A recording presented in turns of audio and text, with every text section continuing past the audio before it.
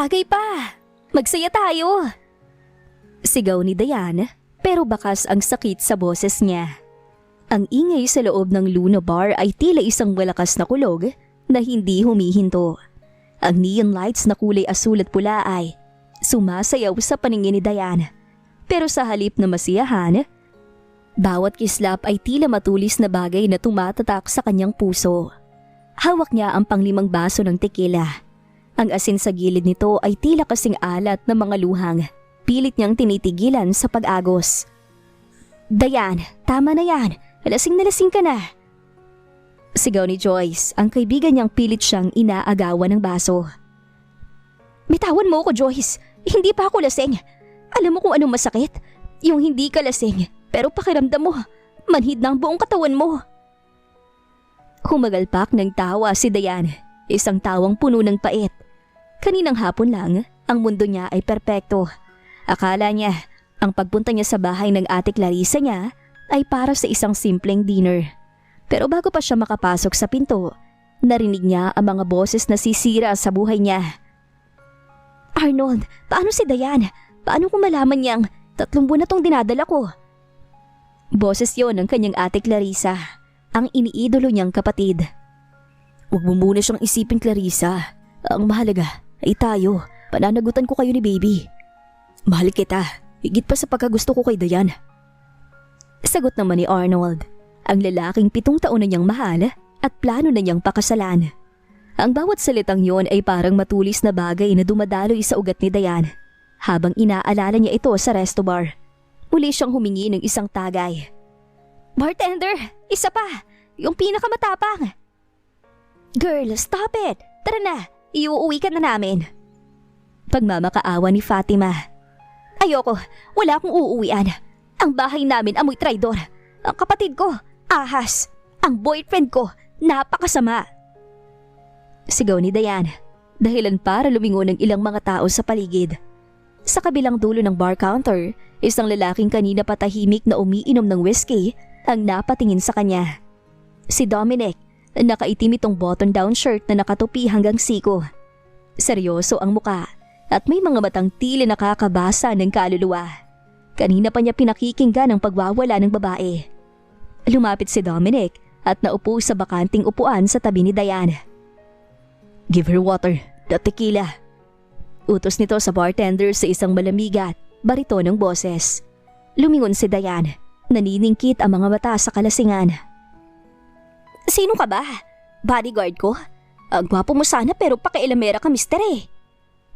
Ngumisi ng bahagya si Dominic. I'm just a guy who hate noise. And you, miss, are creating a riot. Riot? Alam mo bang pakiramdam na malaman mong buntis ang kapatid mo at ang amay sarili mong boyfriend? Ha? Mas may riot pa ba doon? Hinawakan ni Diane ang kurbata ni Dominic at hinila ito palapit sa kanya. Lahat kayong mga lalaki pare-pareho eh. Sasabihin niyo mahal niyo kami. Pero ang totoo ay hindi kayo makontento sa isa. Tuluyan ang napaiyak si Diane ng sandaling yon. Pero hindi natinag si Dominic. Tinitigan niya ang namumugtong mga mata ng babae. May kung anong bagsik at lungkot doon na bago sa kanyang paningin. Hindi lahat ng lalaki ay tulad ng Arnold na sinisigaw mo. Pero kung gusto mo talagang makaganti, hindi pagpapakalasing na sagot, miss. Eh ano? Ano gagawin ko? Hamon ni Diane. Ang hininga ay amoy alak na. Make them regret it. Make them see that you can find someone better in just one night. Bulong ni Dominic, isang suhestyon na tila galing sa masama pero musika sa pandinig ni Diane. Talaga? Kaya mo ba akong tulungan? Diane giggled, leaning her head on Dominic's shoulder. Kasi kung kaya mo, tara. Kahit saan, wag lang dun sa kanila. Tumingin si Dominic sa mga kaibigan ni Diane na halatang natitigilan sa aura niya. I'll take care of her. Tipid niyang sabi bago inalalayan si Diane na tuluyan ng nawala ng malay sa kanyang bisig. Teka lang, mister. Saan mo dadalhin ang kaibigan namin? Mabilis na harang ni Joyce nang makitang bubuhati na ni Dominic sa Diane.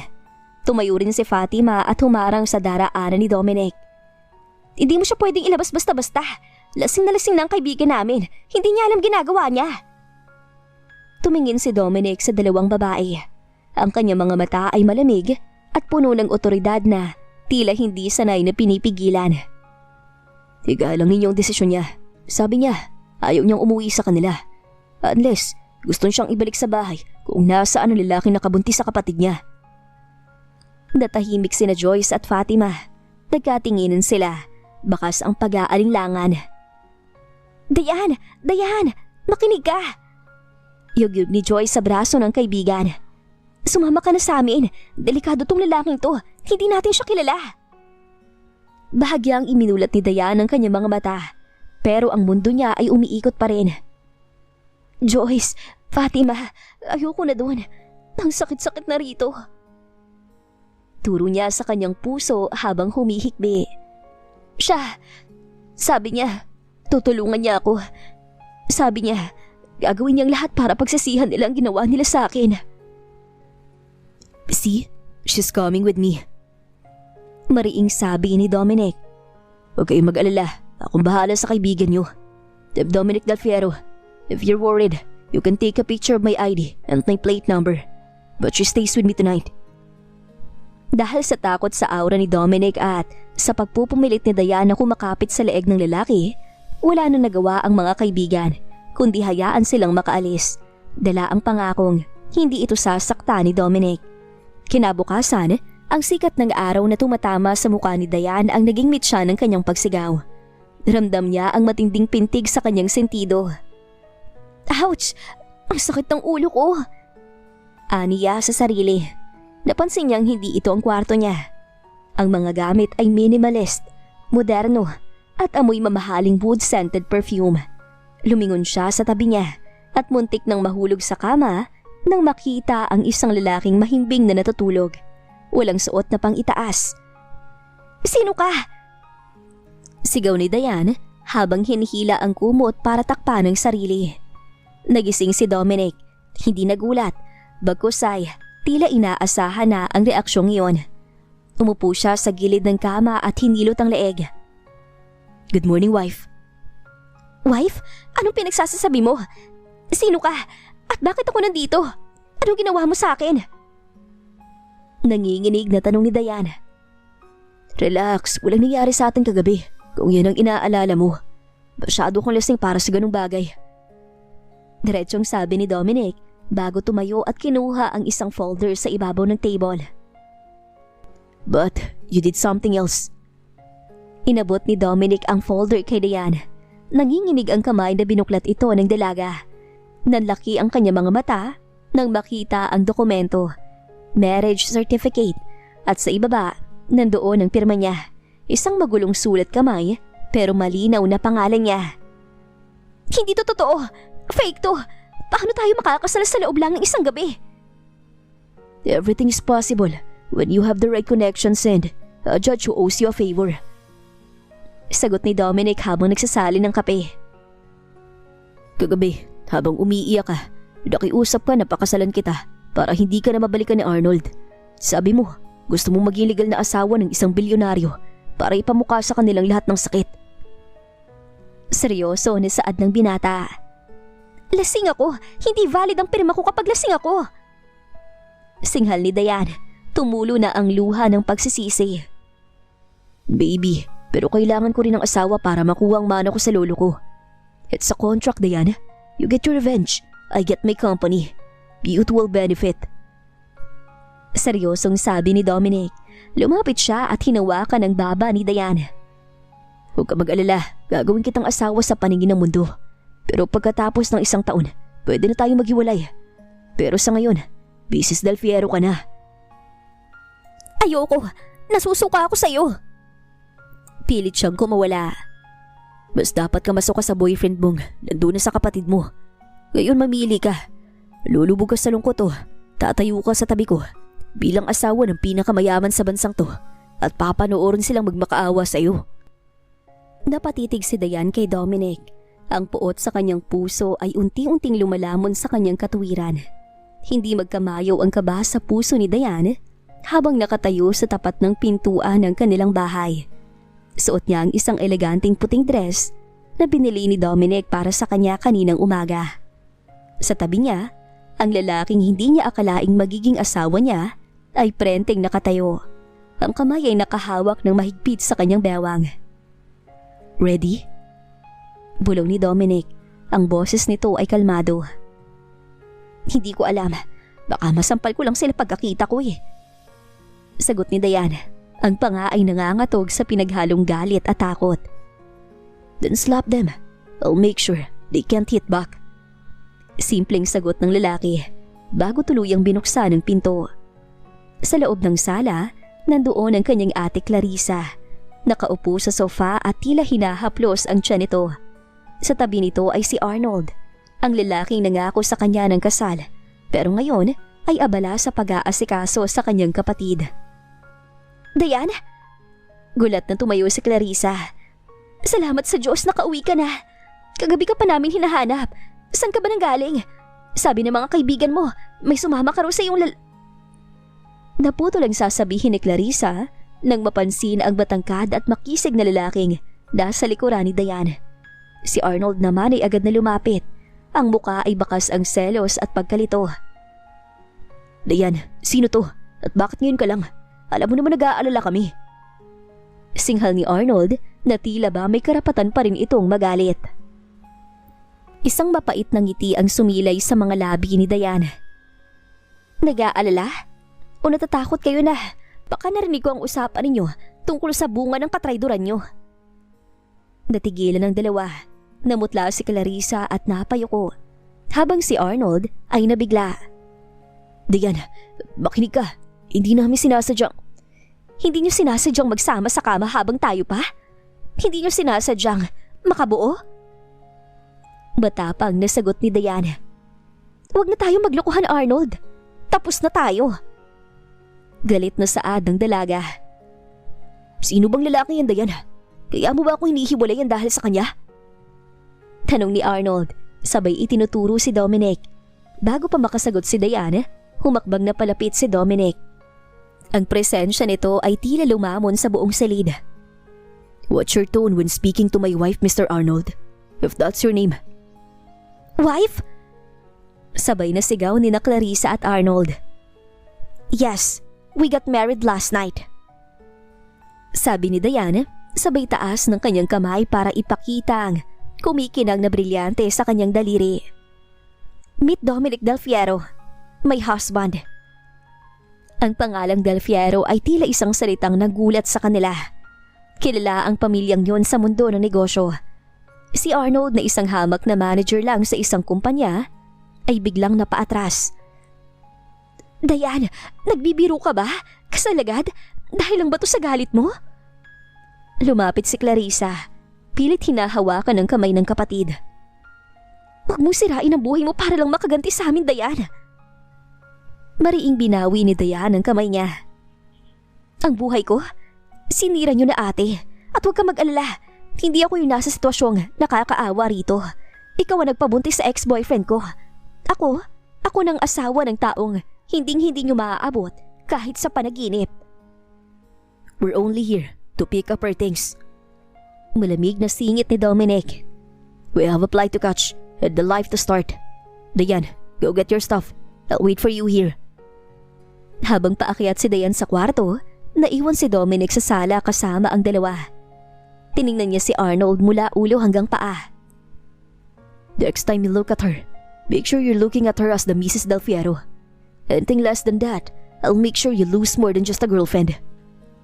Nalamig si Arnold. Samantala, sa itas ng hagdan, naramdaman ni Diane ang kakaibang kaba. Hindi niya alam kung tama ang pinasok niya. Pero ang makitang tiklop ang tuhod ni na Arnold at ate Clarissa niya, yun ang pinakamasarap na pakiramdam na naranasan niya pamula nang nalaman niyang niloko siya ng mga ito. Ang mansyon ng mga Del Fiero ay tila isang palasyo na nababalot ng lamig. Pagbaba pa lang ni Diane sa sasakyan, sinalubong na sila ng dalawang hanay ng mga kasambahay na sabay-sabay na yumuko. "Welcome home, Sir Dominic. Welcome home, Madam." Bati nila. Napakapit si Diane sa braso ni Dominic. "Madam? Dominic, hindi ako sanay sa ganito. Pwede bang sabihin mo sa kanila na Diane na lang?" "No." Tipid na sagot ni Dominic habang diretso ang lakad. Asawa kita. You have to act the part. Kung gusto mo igalang ka ni na Arnold at Clarissa, dapat matuto ka magdala ng bigat ng pangalang Del Fiero. Dinala siya ni Dominic sa isang malawak na silid. Dito ka matutulog. My room is just across the hall. May mga damit na riyan na pinabili ko kaninang umaga. Mag-ayos ka, dahil mamayang gabi, ipakikilala kita kay Lolo Manuel. Napalanok si Diane. Ang lolo mo? Akala ko ba, business deal lang to. Bakit kailangan pati sa pamilya mo? Magsinungaling tayo. Huminto si Dominic at hinarap siya. Ang distansya nila ay sapat na para maamoy ni Diane ang minti na hininga nito. Because he's the one holding the keys to the company. He wanted me married to a woman of substance. And since ikaw ang pinakasalan ko, kailangan patunayan natin mahal natin ang isa't isa. Mahal? Dominic, kahapon lang tayo nagkita. At galit ako sa mga lalaki ngayon. Lalo na sa'yo na, parang binili lang ako. I didn't buy you, Diane. I rescued you from a miserable life. No, don't make me regret it.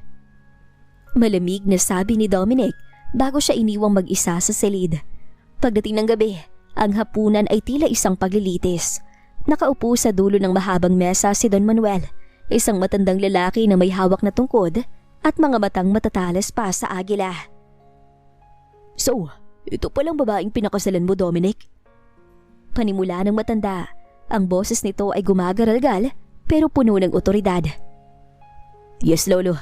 This is Diane, my wife. Seryosong pakilala ni Dominic habang hinahawakan ng kamay ni Diane sa ilalim ng mesa. Ramdam ni Dominic ang panginginig ng mga daliri ng dalaga, kaya hinigpitan niya ang pagkakahawak dito. Isang kilos na nagbigay kay Diane ng kakaibang init. Taga saan ka, Iha? Anong pamilyang pinagmulan mo? Tanong ni Don Manuel habang tinititigan ang bawat galaw ni Diane. Simple lang po ang pamilya ko, Don Manuel. Ang tatay ko po ay isang retiradong guro at ang nanay ko naman ay may maliit na negosyo. Matapang na sagot ni Diane. Hindi po ako galing sa mayayamang angkan, pero tinuruan po ako ng mga magulang ko ng dangal. Bahagyang napataas ang kilay ng matanda. Dangal? Ngunit bakit nagmamadali kayo magpakasal? Sa resto bar daw kayo nagkatagpo ng apo ko. Tumingin si Diane kay Dominic at sa sandaling yun, naalala niya ang sakit na idinulot ni Arnold. Minsan po, sa gitna ng dilim at ingay ng resto bar, doon mo mahahanap ang taong magliligtas sa'yo. Si Dominic po ang naging liwanag ko ng pakiramdam ko ay tinalikuran ako ng lahat. Isang sandaling katahimikan ang namayani. Biglang humalakhak ang matanda. May tapang ang babaeng to. Gusto kong mga matang yan. Dominic, siguraduhin mong hindi ka magsisisi sa bilis ng desisyon mo, apo. Nang matapos ang hapunan at makabalik sila sa hallway, hinarap ni Diane si Dominic. Nakapasa ba ako? Tinitigan siya ni Dominic ng matagal.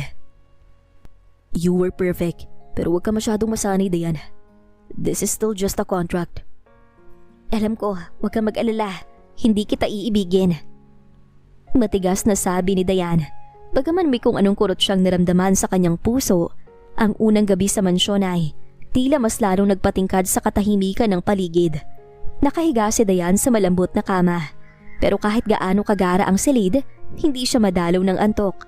Ang bawat sulok ng silid ay nagpapaalala sa kanya na ang buhay niya ay nagbago sa loob lamang ng mabilis na desisyon. Biglang umilaw ang kanyang cellphone sa ibabaw ng nightstand. Kumabog ang kanyang puso nang makita ang pangalan na nag-text. Walang iba kundi si Arnold. Diane, please, kausapin mo naman ako. Hindi ako makatulog. Patawarin mo ko sa nagawa namin ni Clarissa. Lasing lang kami nung gabing may nangyari sa amin. Ikaw pa rin ang mahal ko. Yung lalaking kasama mo, alam ko ginagamit mo lang siya para gantihan ako. Bumalik ka na sa akin. Aayusin natin to. Napatitig si Diane sa screen. Isang malakas na tawa na may halong pait ang kumawala sa kanyang mga labi. Matapos mong buntisin ang kapatid ko, sasabihin mong ako pa rin ang mahal mo? Ang kapal ng mukha mo, Arnold. Bulong niya sa sarili habang nanginginig ang mga kamay sa galit. Sa gitna ng kanyang pag-iyak, bumukas ang pinto ng kanyang silid. Pumasok si Dominic na nakapajama pants lang. Hawak ang isang baso ng gatas. Bahagya itong natigilan nang makitang umiiyak si Diane. Why are you crying? Is it the bed? Too hard for you? Tanong ni Dominic, bagaman baka sa boses ang bahagyang pag-aalala. Wala, masakit lang ang ulo ko. Mabilis na pinunasan ni Diane ang kanyang luha at itinago ang phone sa ilalim ng unan. Pero mabilis si Dominic. Humakbang siya palapit at inilahad ang kamay. Give me the phone, Diane. Ano ba? Personal ko to. Everything about you is my business now. We have a contract to protect. Malamig na sabi ni Dominic. Hinabulot niya ang unan at kinuha ang phone. Binasa niya ang text ni Arnold habang madilim ang kanyang muka. Isang nakakabinging katahimikan ng namayani. Tinasahan ni Diana magagalit si Dominic o tatawanan siya. Pero ibinilik lang nito ang phone sa kanya. Is he right? Ginagamit mo lang ako? Tanong ni Dominic. Ang kanyang mga mata ay tila tumatagos sa kaluluwa ni Diana. Ano naman kung oo? Di ba sabi mo, business deal lang to? E di gamitin natin ang isa't isa. Sigaw ni Diana. Tumatayo na mula sa kama para harapin ang asawa. Masakit, Dominic. Masakit na yung taong pinagplanuhan ko ng buhay. Sa ate ko pa nakuha ang gusto niya. Biglang hinawakan ni Dominic ang magkabilang balikat ni Diana at hinila ito palapit sa kanya. Then stop crying for a loser. Kung gusto mo saktan si Arnold, huwag kang umiyak. Ipakita mong masaya ka. Ipakita mong kinalimutan mo na siya. Dahil nasa tabi mo ng lalaking hindi niya mapapantayan. Ang yaman mo, ang gwapo mo, pero ang tigas ng puso mo. Kailangan yun sa mundong to, Diane. At simula ngayon, ititigil mo ng pag-reply sa kanya. Block him. Sa susunod na makita mo siya, gusto kong makita niyang isang matapang na Mrs. Del Fierro. Hindi yung umiiyak na Diana, iniwan niya. Utos ng binata. Binitawan ni Dominic ang mga balikat ni Diana at akmang aalis na. Pero bigla siyang napatigil nang hawakan ni Diane ang dulo ng kanyang damit. Dominic, pwede bang dito ka muna? Kahit hanggang makatulog lang ako. Natatakot ako sa katahimikan. Pag-amin ng dalaga, tumingin si Dominic sa kanya ng matagal bago huminga ng malalim. Umupo ito sa couch na nasa loob ng silid. Fine, matulog ka na. Nandito lang ako. Sa gabing yun, sa unang pagkakataon, nakaramdam si Diane ng kakaibang seguridad. Hindi niya alam kung dahil ba sa kapangyarihan ni Dominic o dahil sa paraan ng pagprotekta nito sa kanya. Habang unti-unti siyang dinadalaw ng antok, isang tanong ang pumasok sa isip niya. Hanggang kailan kaya magiging laro ang lahat ng ito? Ang Grand Ballroom ng Del Fierro Plaza ay punong-puno ng mga kilalang tao sa lipunan. Suot ni Diane ang isang kumikinang na emerald green gown na hapit sa kanyang katawan, lalong nagpatingkad sa kanyang maputing balat. Sa tabi niya, si Dominic ay tila isang hari sa suot nitong black tuxedo. Huminga ka ng malalim, Diane. You look breathtaking. Bulong ni Dominic habang ipinupulupot ang kamay sa kanyang bewang. Baka madapa ako sa heels na to, Dominic, at mas lalo akong kinakabahan dahil alam kong nandito sila. Sagot ni Diane, ang mga mata ay abala sa paghahanap sa karamihan. Hayaan mo silang mahanap tayo. In the meantime, play the role of a loving wife. Nakangising sabi ni Dominic. Bigla nitong inilapit ang muka sa leeg ni Diane. Tila may ibinubulong na napakalambing dahilan para mapakapit si Diane sa balikat ng lalaki. Dominic, ano ba? Shh! Nakatingin sila sa atin mula sa entrance. Saad ni Dominic, lumingon si Diane ng bahagya at doon niya nakita sina Arnold at Clarissa. Si Clarissa ay nakasuot ng maluwag na dress para itago ang bahagyang umbok ng tiyan. Habang si Arnold naman ay tila hindi mapakali. Lalo na nang makita kong gaano kalapit si Dominic kay Diane. Naglakad ang magkasintahan o ang mag-asawa sa papel papunta sa kinaroroonan ni na Arnold. Oh, look who's here. My sister and her boyfriend. Bati ni Diane, pinatitigas ang boses kahit nanginginig ang tuhod. Diane, mahinang tawag ni Clarissa, bakas ang hiya. Ang ganda mo ngayon. Salamat ate. Ganyan talaga kapag maayos ang pagtrato sa iyo ng asawa mo. Makahulugang sagot ni Diane. Napatingin si Arnold kay Dominic na ngayon ay masuyong hinahawakan ang pisngi ni Diane. Han, di mo ba gustong uminom? Or do you want me to get you some appetizer? Tanong ni Dominic sa boses na punong-puno ng lambing. I'm fine, Han. Sagot ni Diane, pilit na nakikipagsabayan sa laro. You know, Mr. Vasquez, I should thank you. Kung hindi mo pinakawalan si Diane, hindi ko sana nalaman na may isang magandang dilag pala na naghihintay lang na mapansin ko. Pagkatapos ay biglang hinalika ni Dominic sa Diane sa labi. Isang matagal at madamdaming halik na nagpatahimik sa paligid. Namula si Diane, hindi ito kasama sa usapan. Ramdam niya ang mabilis na tibok ng kanyang puso ng sandaling yon. Excuse me, kailangan ko lang mag-restroom. Paalam ni Arnold na halatang hindi na nakayanan ng selos na nararamdaman.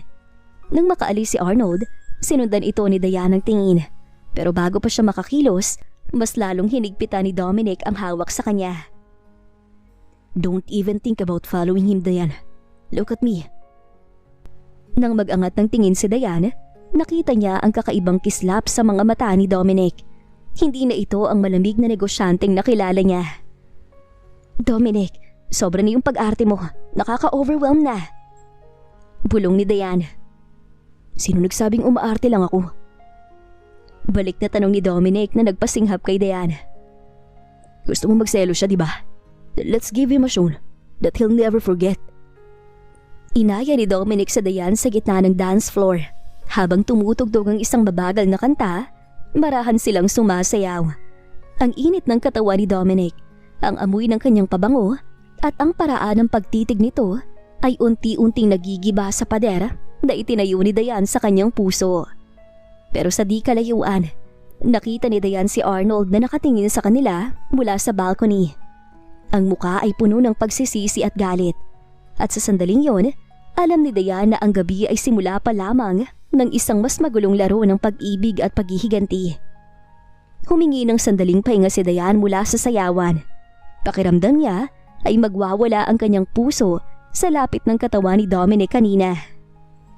Naglakad siya patungo sa garden ng hotel kung saan mas presko ang hangin at malayo sa mapanuring mata ng mga bisita. Ngunit hindi pa siya nakakalayo sa fountain nang marinig niya ang isang pamilyar na boses na dati ay nagpapatibok ng puso niya. Pero ngayon ay nagdudulot na lang ng kilabot. Diane, mag-usap tayo. Hinarap ni Diane si Arnold. Mukhang nakarami na ito ng inom dahil magulo na ang buhok nito at namumula ang mga mata. Wala na tayong dapat pag-usapan, Arnold. Bumalik ka na sa loob. Baka hinahanap ka na ni ate. Hindi mo ako maluloko, Diane. Kilala kita. Hindi ka ganyang klase ng babae na pakakasal sa loob ng isang gabi sa taong hindi mo naman kilala. Ginagawa mo lang to para saktan ako, di ba? Kung yan ang gusto mong isipin, sige. Pero ang totoo, masaya ako kay Dominic. Higit pa siya sa'yo sa lahat ng bagay. Saka, bakit pa naghahabol ka pa? Panindigan mo, Arnold, ang nagawa mo sa kapatid ko. Baka sakaling mabawasan ang kasalanan niyo sa akin. Sinungaling. Biglang hinablot ni Arnold ang magkabilang braso ni Diane. Bahal mo pa rin ako. Nararamdaman ko yun. Bitawan mo ako, Arnold. Nasasaktan ako. Pilit na kumakawala si Diane, pero mas malakas ang lalaki. Isang halik lang, Diane. Isang halik lang. Mapapatunayan kong ako pa rin ang gusto mo. Bulong ni Arnold at pilit na inilalapit ang kanyang muka sa labi ng dalaga. Pumikit si Diane at itinagilid ang kanyang ulo. Handa nang sumigaw nang biglang may isang malakas na kamay na humablot sa balikat ni Arnold at isang mabilis na suntukang nagpabagsak sa dating boyfriend sa damuhan. Napasinghap si Diane. Nakatayo sa harap niya si Dominic. Bakas ang galit sa mga mata na tila handang manakit. Ang kanyang mga kamauay nakakuyom ng mahigpit. Dominic! Tawag ni Diane. Hinawakan niya ang braso ng asawa para pigilan ito sa muling gagawin. You have a lot of nerve touching what's mine. Malamig na sabi ni Dominic kay Arnold na ngayon ay nakasalampak sa lupa habang pinapahid ang dugo sa labi nito. Sabi ko sa iyo kanina, don't even look at her. Mukhang hindi ka marunong makinig. Hindi ka ba marunong mahiya? At dyan ang ate niya. pero nagpipilit ka pa rin sa babaeng ayaw na sa'yo. Asawa mo lang siya sa papel del fiero. Alam nating lahat yan. Sigaw ni Arnold habang pilit na tumatayo. Lumapit si Dominic at hinawakan ang leeg ng tuksido ni Arnold. Itinataas ito ng bahagya. Kahit sa papel lang o kahit sa panaginip lang, asawa ko na si Dayan. At ang pagtatangkang halikan ng asawa ko ay isang deklarasyon ng giyera sa akin. Gusto mo bang mawala ng trabaho? O gusto mong mawala ang lahat ng meron ka sa loob lang isang gabi?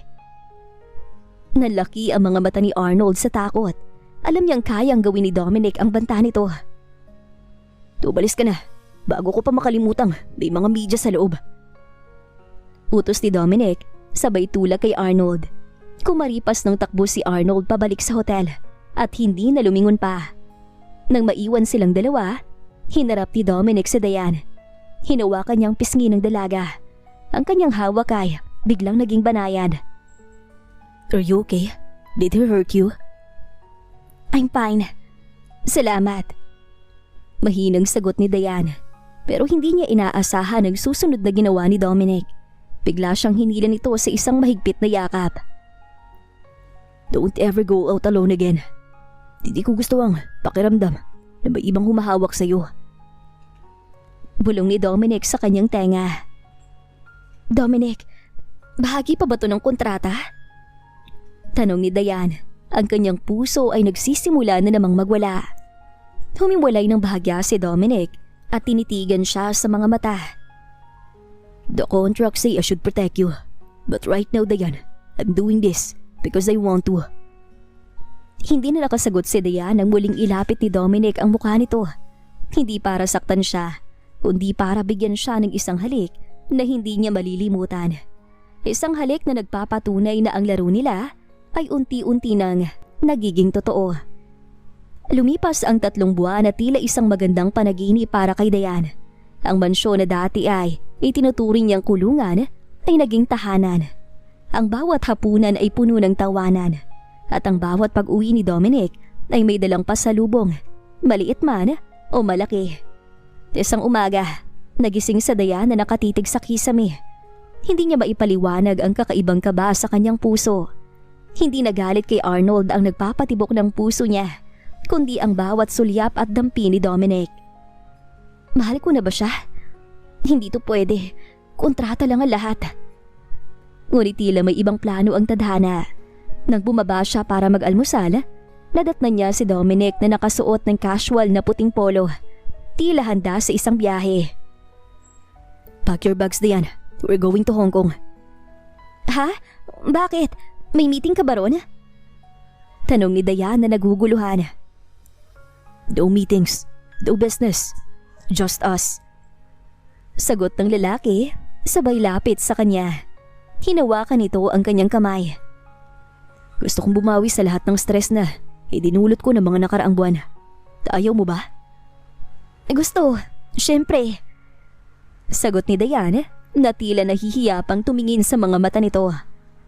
Pagdating sa Hong Kong, dinala siya ni Dominic sa isang luxury hotel na may overlooking view ng Victoria Harbor.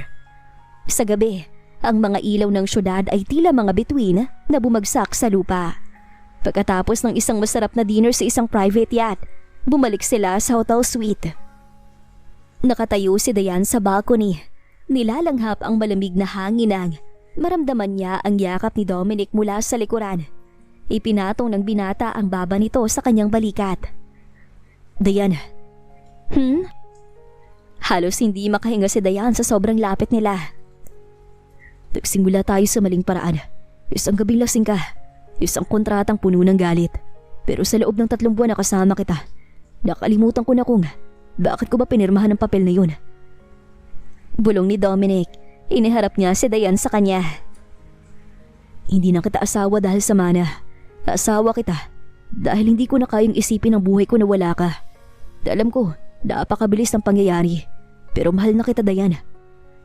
Buong puso na saad ng binata. Nalaglag ang puso ni Dayan. Dominic, totoo ba to? Baka bahagi pa rin to ng plano mo. I love you, Dayan. No more contracts. No more lies. Seryosong sabi ni Dominic bago dahan-dahang inilapit ang kanyang muka sa labi ni Dayan. Sa pagkakataong ito, hindi umiwas si Dayan. Tinugon niya ang halik ng asawa. Isang halik na puno ng pananabik, pag-amin at pagpapatawad sa nakaraan. Binuhat ni Dominic si Dayan patungo sa kama. At sa gabing yun, sa ilalim ng mga ilaw ng Hong Kong, tuluyang isinuko ni Dayan ang kanyang puso at katawan. Sa lalaking akala niya ay tagapagligtas lang, pero naging tunay na pag-ibig pala niya. Walang Arnold, walang Clarissa, at walang kontrata. Ang tanging naroon ay ang init ng kanilang pagmamahalan na tila wala ng katapusan. Nang magising si Dayan kinaumagahan, nakayaka pa rin sa kanya si Dominic. Ramdam niya ang seguridad sa mga bisig nito. Ang paglapag ng eroplano sa Pilipinas ay tila hudyat ng bagong simula para kina Dayan at Dominic. Habang naglalakad sa airport, hindi bumibitaw si Dominic sa kamay ni Dayan. Ang mga sulyap nila sa isa't isa ay puno ng kahulugan. Mga sulyap na tanging silang dalawa lang ang nakakaintindi. Ang dating malamig na pakikitungo ay napalitan ng init na hindi kayang itago. "Welcome home, Mrs. Del Fierro." Bulong ni Dominic habang pinagbubuksan ng pinto ng sasakyan si Dayan. "Salamat, love." Nakangiting sagot ni Dayan na hanggang ngayon ay kinikilig pa rin sa tawag na iyon. Ngunit ang katahimikan ng kanilang pag-uwi ay panandalian lamang. Pagdating nila sa mansyon, isang pamilyar na sasakyan ang nakaparada sa labas. Nakatayo roon si Arnold, mukhang pagod, puyat at tila hindi kumakain ng maayos. "Anong ginagawa mo rito?" Malamig na tanong ni Dominic habang pinoprotektahan si Dayan sa kanyang likuran. "Dayan, kailangan kitang makausap please, kahit 5 minuto lang." Pagmamakaawa ni Arnold. Tumingin si Dayan kay Dominic, humihingi ng permiso sa pamamagitan ng mga mata. Tumango si Dominic pero nanatiling nakabantay sa di kalayuan. Naglakad sina Dayan at Arnold sa garden. "Dayan, nagkamali ako. Araw-arong pinagsisisihan na ginawa ko sa iyo. Hindi ko pala mahal si Clarissa. Nabigla lang kami. Gusto kong ayusin to. Pwede pa ba tayo? Iiwan kong lahat, Dayan. Sumama ka lang sa akin." Huminga ng malalim si Dayan. Tinitigan niya si Arnold pero wala na siyang naramdamang galit kundi awa. "Arnold, tapos na tayo. Hindi lang dahil sa nagawa mo, kundi dahil nahanap ko ng lalaking tunay na rumirespeto sa akin." "Dahil ba sa pera niya? Dahil ba Del Piero siya?" "Hindi, Arnold. Mahal ko siya. Mahal ko si Dominic. Hindi dahil sa kung anong meron siya, kundi dahil sa kung sino ako kapag kasama ko siya. Binigyan niya ako ng halaga nung tinapon mo ko. Kaya please, itigil mo na to." Natigilan si Arnold. Parang isang malakas na sampal ang narinig niyang pag-amin ni Dayan. Ang huling pag-asa na pinangahawakan niya ay tuluyan ng gumuho. "Mahal mo na talaga siya. Patawarin mo ko, Dayan. Naging masama ako dahil niloko kita." "Matagal na kitang pinatawad, Arnold. Para sa katahimikan ko at para sa baby na dinadala ni ate. Bumalik ka na kay ate Clarissa. Kailangan ka niya. Kailangan kayo ng anak niyo. Patunayan mo kaya mo maging mabuting ama at asawa sa kanya." Yumuko si Arnold at sa unang pagkakataon, nakita ni Dayan ang tapat na pagsisisi sa mga mata nito. "Gagawin ko, Dayan. Aayusin ko ang buhay ko kasama ang ate mo. Pangako, hindi ko na kayo guguluhin pa." Nang umalis si Arnold, naramdaman ni Dayan ang isang malakas na bisig na yumakap sa kanya mula sa likod. "Tapos na ba?" tanong ni Dominic. "Tapos na, Dominic. Malaya na ako." "Then let's start our real life now. No more ghost from the past." Sabi ni Dominic bago hinalikan ng tuktok ng ulo ni Dayan. Lumipas pa ang mga linggo na tila babawat araw ay isang honeymoon para kina Dayan at Dominic. Ang mansyon na dati ay tahimik ay napuno ng buhay. Dahil naisuklian ni Dayan ang lahat ng pag-aaruga at pagmamahal ni Dominic, naging rutina niya ang gumising ng mas maaga para ipaghanda ang asawa ng masarap na almusal. "Ano to?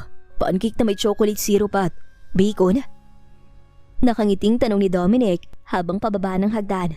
Inaayos ang kanyang kurbata. "Gusto kong bago ka pumasok sa opisina, busog ka para hindi ka masungit sa mga employee mo." Biro ni Dayan habang isinasali ng kape. Lumapit si Dominic sa likuran ni Dayan at niyakap ito ng mahigpit. Di na ako masungit simula nung minahal kita. You're my stress reliever, Dayan. Hinalikan niya ang pisngi ng asawa bago naupo. Salamat sa pag-aalaga sa akin. Wala yun, Dominic. Ito lang ang paraan ko para pasalamatan ka sa pagliligtas sa akin at sa pagmamahal mo. Sagot ni Dayan habang nakatitig sa asawa ng may kislap sa mga mata. Tuwing dumarating ang dulo ng linggo, sinisiguro ni Dominic na wala siyang trabaho. Nagde-date sila sa mga parke, nanonood ng sine o kaya ay naglalakad-lakad lang sa dalampasigan. Sa mga sandaling yon, napatunayan ni Dayan ng isang Dominic Del Fiero sa kabila ng yaman at kapangyarihan nito ay isang lalaking simple lang ang hangad. Ang mahalin at makasama siya. Ngunit ang katahimikan ng kanilang pagsasama ay biglang nayanig ng isang hapon habang binibisita ni Dayan si Dominic sa opisina nito para sorpresahin ang lunch. Pagbukas niya ng pinto ng office suite, hindi si Dominic ang bumungad sa kanya kundi isang napakagandang babae na nakaupo sa mismong swivel chair ng asawa niya. Naka-red bodycon dress ito, mukhang sopistikada at may aurang tila sa kanya ang buong gusali. Oh, you must be the wife. Bungad ng babae. Ang boses nito ay puno ng sarkasmo habang tinitingnan si Dayan mula ulo hanggang paa. Sino ka? Takang tanong ni Dayan. I'm Sandra. Sandra Valderrama. Sagot ng babae habang tumatayo at dahan-dahang lumalapit kay Dayan. Dominic's childhood best friend, business partner, and the woman who was supposed to be in your place if he didn't make that impulsive decision at the bar. Nanigas si Dayan sa kinatatayuan niya. Ang pangalang Sandra ay narinig na niya noon sa mga usap-usapan ng mga kasambahay. Ang babaeng matagal nang minamanok ni Don Manuel para kay Dominic noon. Wala rito si Dominic. May emergency meeting.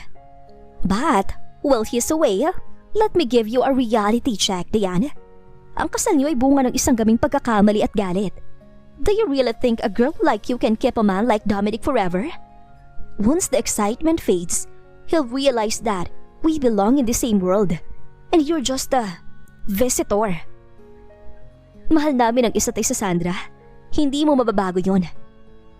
Matapang na sagot ni Dayan, bagaman nagsisimula ng manginig ang kanyang kalooban. Love? Haha, in our world, love is a luxury. Power and legacy are what matter. And sooner or later, Dominic will have to choose between his feelings for you and the future of the Del Fiero Empire. Guess who will he choose? Eksaktong bumukas ang pinto at pumasok si Dominic. Natigilan siya nang makita ang dalawang babae sa loob ng silid. Sandra, what are you doing here? Kunot noong tanong ni Dominic bago agad na lumapit kay Dayan at inakbayan ito. Dayan, kanina ka pa? Kakarating ko lang. May dinala akong lunch para sa'yo. I was just welcoming your wife, Dom. Nakangiting sabi ni Sandra na tila ba naging anghelang mukha sa harap ng binata. Sige, I'll leave you to. We'll talk about the merger later tonight. At our usual dinner spot, right? Lumingon si Sandra kay Dayan at kinindatan ito bago lumabas ng silid. Naiwan naman si Dayan na may mabigat na pakiramdam. Ang tamis ng almusal kanina ay biglang napalitan ng pait ng pag-aalinlangan. Hindi maalis sa isipan ni Dayan ang mga sinabi ni Sandra. Kahit anong gawin niyang pag-aabala sa sarili, bumabalik ang imahe ng magandang babaeng iyon na tila pagmamay-ari ang mundo ni Dominic. Ang selos na noon ay hindi niya akalaing mararamdaman niya para sa asawa ay unti-unting kumakain sa kanyang sistema. Isang gabi, nagkaroon ng biglaang business gala para sa mga merger ng Del Fiero at Valderrama. Napilitang sumama si Dayan kahit na mas gusto na lang niyang magkulong sa kwarto. You look beautiful, love. Bakit ang tahimik mo? Tanong ni Dominic habang nasa loob sila ng sasakyan. Wala lang. Pagod lang siguro ako. Maikling sagot ni Dayan na hindi tumitingin sa asawa. Sa party, hindi lumayo si Sandra sa tabi ni Dominic. Bawat pagkakataon ay ginagamit nito para humawak sa braso ng binata. Bumulong ng malapit sa tenga nito at tumawa ng malakas na tila may seryosong pinag-uusapan. Si Dayan naman ay naiwang nakikipag-usap sa ilang kliyente sa kabilang dulo ng hall. Nang pumunta si Dayan sa powder room para mag-retouch, hinarang siya ni Sandra sa hallway. See? Kahit anong ganda mo, sa negosyo pa rin ang bagsak ni Dominic. I'm his partner, Dayan. And you? You're just the woman he goes home to out of habit. Habit? Baka nakakalimutan mong ako ang pinili niyang pakasalan, Sandra. No matter how much you touch him tonight, I'm the one who carries his name. Sandra's face contorted in anger. Biglang nagbago ang ekspresyon nito nang makitang papalapit si Dominic sa kinaroroonan nila. Biglang itinapon ni Sandra ang hawak niyang wine glass sa sariling gown at sumigaw. Dayan! Why did you do that? Acting na sabi ni Sandra habang kunwaring naglilinis ng kanyang basa na damit. Mabilis na nakalapit si Dominic. What happened? Dominic, I was just trying to be nice. But your wife, she's so insecure. Itinapon niyang wine sa akin dahil lang sa selos. Umiiyak na sumbong ni Sandra. Tumingin si Dominic kay Dayan. Ang puso ni Dayan ay tumigil sa pagtibok. Dominic, hindi totoo yan. Siya ang... I know. Putol ni Dominic sa sasabihin ni Dayan. Lumingon si Dominic kay Sandra. Ang kanyang muka ay kasing lamig ng yelo. I saw everything, Sandra. You didn't know the mirror behind you reflected the whole scene. Itinapon mong alak sa sarili mo. Nalaki ang mga mata ni Sandra. Dom, Enough! Mariing sabi ni Dominic. Ang boses niya ay narinig ng ilang taong malapit sa kanila. Dayan is my wife. The fact that you'd stoop this low just to ruin her image tells me everything I need to know about your professionalism. Consider the merger cancelled. What? You can't do that for a girl like her! Sigaw ni Sandra. Nawala na ng voice. I can, and I will. Because this girl is my life. Don't ever come near her again. Banta ni Dominic. Hinawakan ni Dominic ang kamay ni Dayan nang napakahigpit at hinila ito palabas ng hotel. Nang makarating sila sa parking lot, biglang humarap si Dominic kay Dayan at niyakap ito ng napakahigpit. I'm sorry, Dayan. I'm sorry if I made you feel insecure for even a second. Wala silang halaga sa akin. Ikaw lang ang mahal ko. Akala ko maniniwala ka sa kanya. Never. I know my wife, and I know how much I love you. Sagot ni Dominic bago hinalikan ang labi ni Dayan. Isang linggo na ang nakakalipas matapos ang insidente kay Sandra at tila naging mas malapit pa ang mag-asawa. Gayunpaman, nitong mga huling araw ay napapansin ni Dominic ang pagbabago sa kilos ni Dayan. Palagi itong antukin, mapili sa pagkain, at madalas itong mahilo sa umaga. Han, sigurado ka bang ayaw mo magpatingin sa doktor? Nag-aalalang tanong ni Dominic habang hinahaplos ang likod ni Diana, kasasalubong lang ng morning sickness. Baka napagod lang ako sa mga nangyari, Dominic. Huwag ka mag-alala. Sagot ni Diana, pero may hinala na siya sa kanyang isipan. Nang pumasok si Dominic sa opisina, agad na bumili si Diana ng pregnancy test kit. Ang bawat minutong paghihintay ay tila 1 taon. At nang lumabas ang resulta, 2 red lines. Hindi napigilan ni Diana ang mapaiyak sa tuwa. Buntis siya. Magkakaroon na sila ng tunay na pamilya ng lalaking minahal niya. Plano sana ni Diana sorpresahin si Dominic sa hapunan. Naghanda siya ng mga paboritong pagkain nito at naglagay ng isang maliit na baby shoe sa gitna ng mesa. Ngunit bago pa man dumating ang asawa, tumunog ang kanyang cellphone. Hello, Diana? Boses yun ni Joyce, ang kanyang kaibigan. At ito ay gumaralgal sa takot. Joyce, bakit? May problema ba? Si Ate Clarissa mo at si Arnold. Naaksidente sila sa highway. Grabing banggaan, Diane. Kasalukuyan silang nasa emergency room ngayon. Ang ate mo, kritikal, pati ang baby niya. Tila gumuho ang mundo ni Diane. Ang hawak niyang baby shoes ay nalalilag sa sahig. Sa gitna ng kanyang pagkataranta, bumukas ang pinto at iniluwa si Dominic na may dalang mga bulaklak. Agad na napansin ng binata ang namumutlang mukha ni Diane. Diane, Anong nangyari? Dominic, sila ate. Naaksidente sila. Kailangan nating pumunta sa ospital. Sa loob ng ospital, ang amoy ng gamot at ang puting dingding ay nagpabigat sa puso ni Diane. Nadatnan nila roon ang mga magulang ni Diane na hindi na tumitigil sa pag-iyak. Diane! Ang ate mo, kailangan ng operasyon. At si Arnold, nawalan ng malay at marami ring pinsala sa katawan niya. Sa gitna ng kaguluhan, lumabas ang doktor. Sino ang kamag-anak ni Clarissa Santos? We managed to stabilize her. But the baby, we lost the baby. Napaupo si Diane sa bench, hindi makapaniwala. Kahit na nasaktan siya ng kanyang ate, hindi niya kailanman ninais na mawala ang pamangkin niya.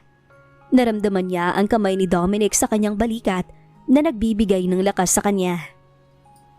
Puntahan natin si Arnold. Mahinang sabi ni Diane. Nang makarating sila sa ICU, nakita nila si Arnold na puno ng benda. Nang magbulat ito at makita si Diane, pilit itong nagsalita. Diane, sorry. Si Clarissa, kumusta ang anak namin? Magpagaling ka, Arnold. Okay lang si Ate Clarissa. Pero ang baby niyo, wala na siya, Arnold. Malungkot na saad ni Diane. Dahil sa nalaman ni Arnold, ay tuluyan na itong napaiyak. I'm sorry anak, kasalanan kong lahat. Ang tanging nagawa na lamang ni Diane ay hawakan ng kamay ng binata bilang pakikidalamhati sa nararamdaman nito. Nang makalabas sila sa silid ni Arnold, hindi na nakatiis si Diane. Niyakap niya si Dominic ng napakahigpit. Dominic, natatakot ako. Paano kung may mangyaring masama rin sa atin? Buntis ako, Dominic. Magkakaanak na tayo. Natigilan naman si Dominic sa nalaman. Ang gulat sa kanyang mga mata ay napalitan ng matinding proteksyon. Buntis ka, Diane? Muli niyang niyakap ang asawa. Pangako, hindi ko hahayaang may mangyari sa inyo ng anak natin. Napakasayakuhan, magkakaanak na tayo. Ngunit sa kabila ng pangako ni Dominic, alam ni Diana ang trahedyang ito ay magdadala ng panibagong hamon sa kanilang pamilya. Ang puting silid ng ospital ay nababalot ng isang uri ng katahimikan na nakakabingi. Nang idilat ni Clarissa ang kanyang mga mata, ang unang hinanap ng kanyang kamay ay ang kanyang tiyan. Ang dating umbok doon ay wala na.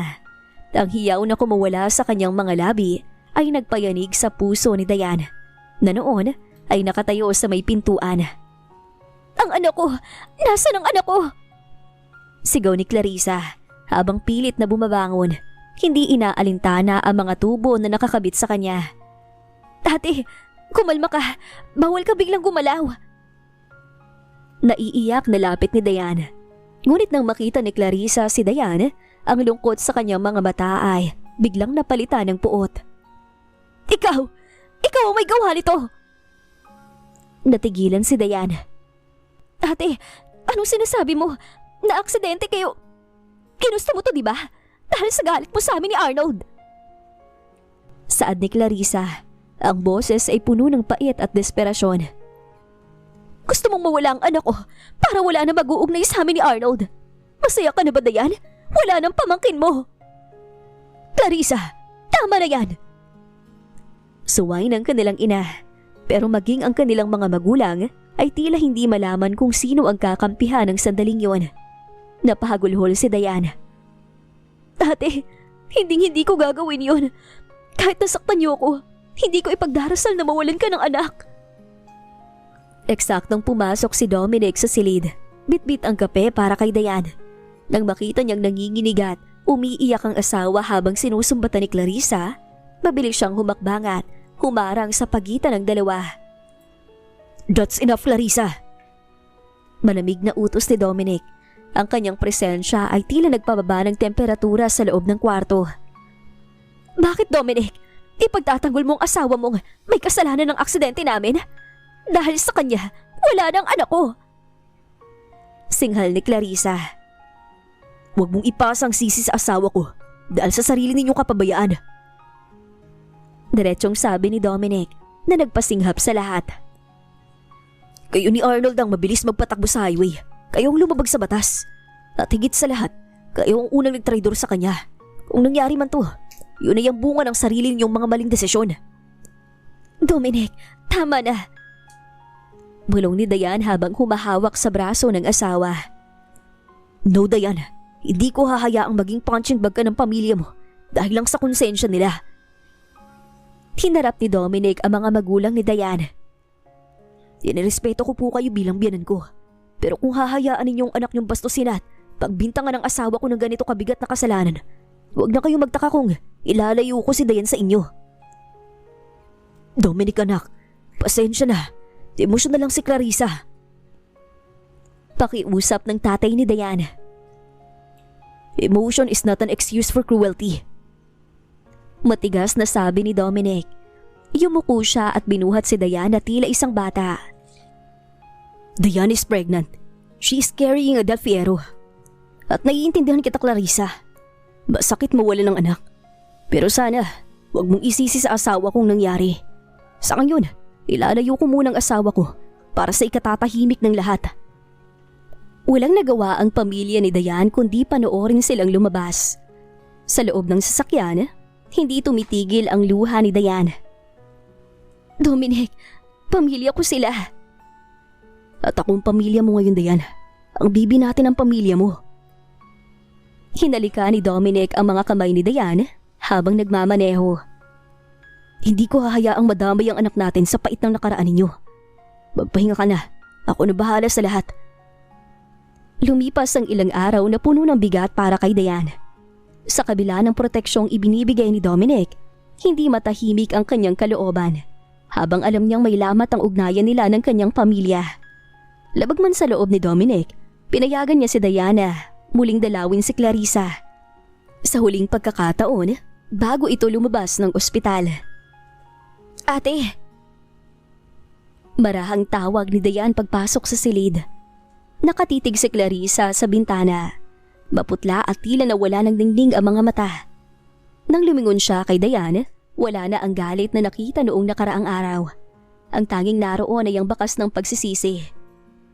Dayan, pumasok ka. Mahinang sabi ni Clarissa. Naupo si Dayan sa tabi ng kama. Kamusta ang pakiramdam mo?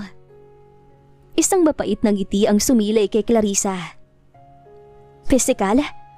Okay na. Pero rito, turo niya sa kanyang puso. Durog pa rin. Dayan, hihingi ako ng tawad. Alam kong wala akong karapatang manisi.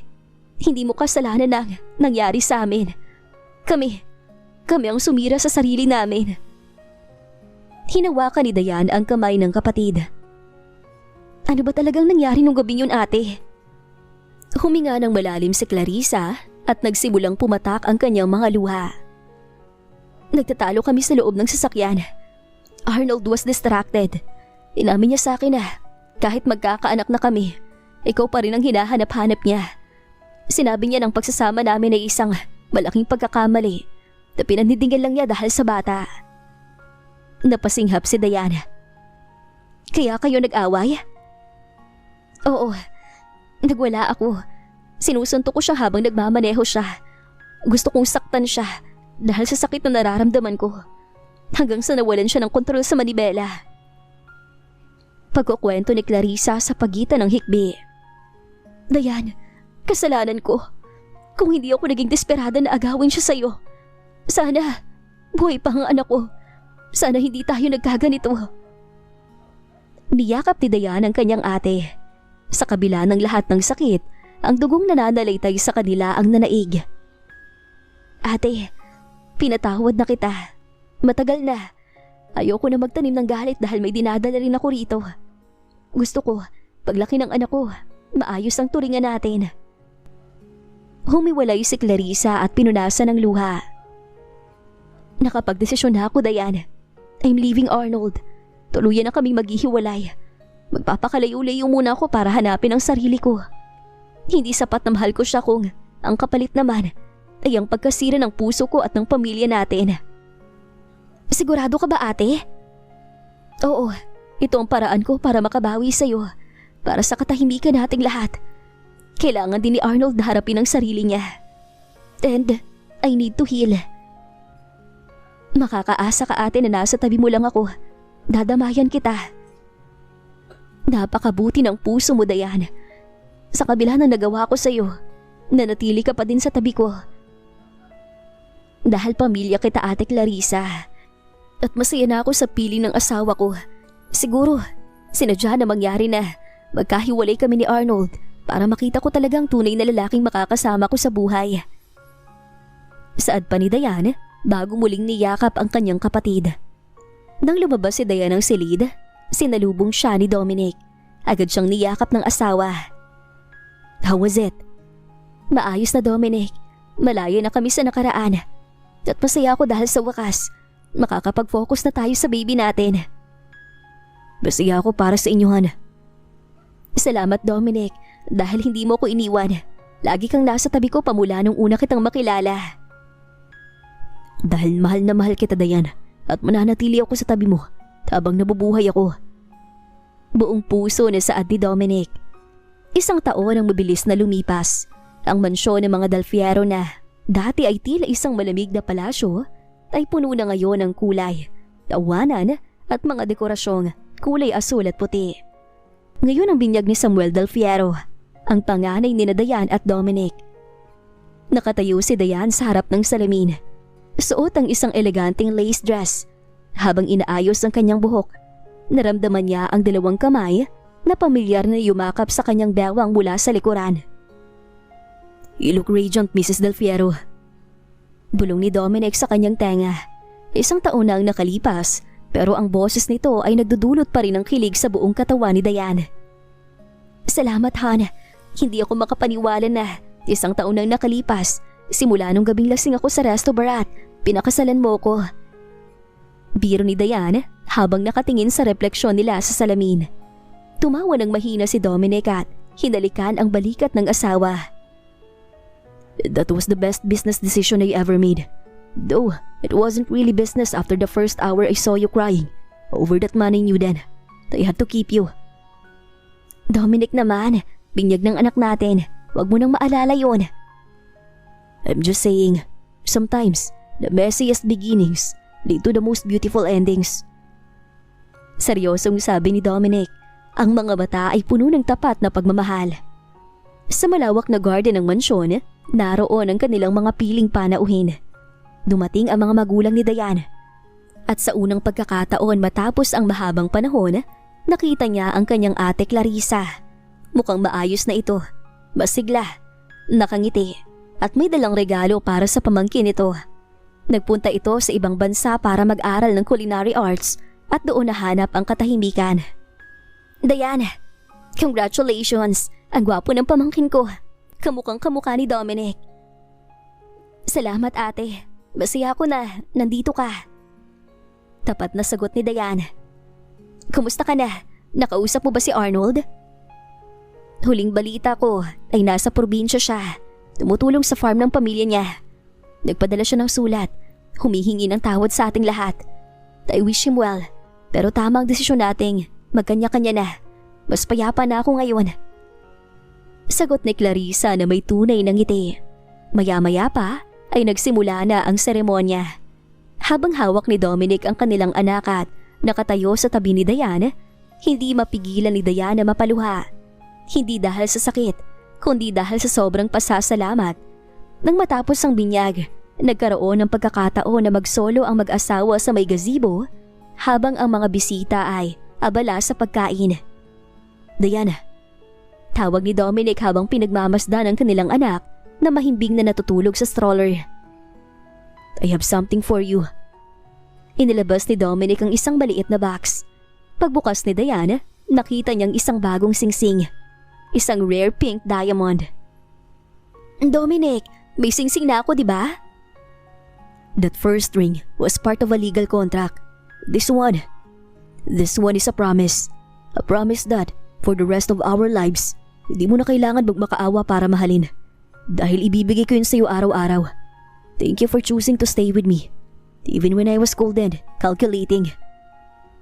Hinawakan ni Dayan ang mukha ng asawa. And thank you, Dominic, for catching me when I was falling apart. Hindi ko akalain na sa likod ng contract na yon mahahanap kong lalaking itinakda para sa akin. Naglapit ang kanilang mga labi para sa isang matamis at matagal na halik. Isang halik na nagpapatunay na ang pag-ibig ay hindi laging nagsisimula sa tamang paraan, pero laging natatapos sa tamang tao. Sa ilalim ng sikat ng araw at sa gitna ng tawanan ng kanilang pamilya, alam ni Diane na wala na siyang mahihiling pa. Ang dating sugat ay tuluyan ang naghilom, at sa lugar nito ay tumubo ang isang pagmamahalang mas matatag pa sa anumang unos. Sila ni Dominic kasama ang kanilang anak ay handa nang harapin ang bukas, ngayon at magpakailanman. Alam nilang hindi sila perpekto, pero pinapangako nila na mananatili sila sa isa't isa sa kabila ng pagsubok na daraan sa buhay nila dahil tunay at wagas ang pagmamahalan nila. At dito na po nagtatapos ang kwento ni Diane at Dominic. Sana ay muli ninyo akong samahan sa mga full story na nais kong ibahagi sa inyo. Comment lang po sa baba kung nais ninyo ng ganitong story. Please like, share, and subscribe for more updates. Maraming salamat po.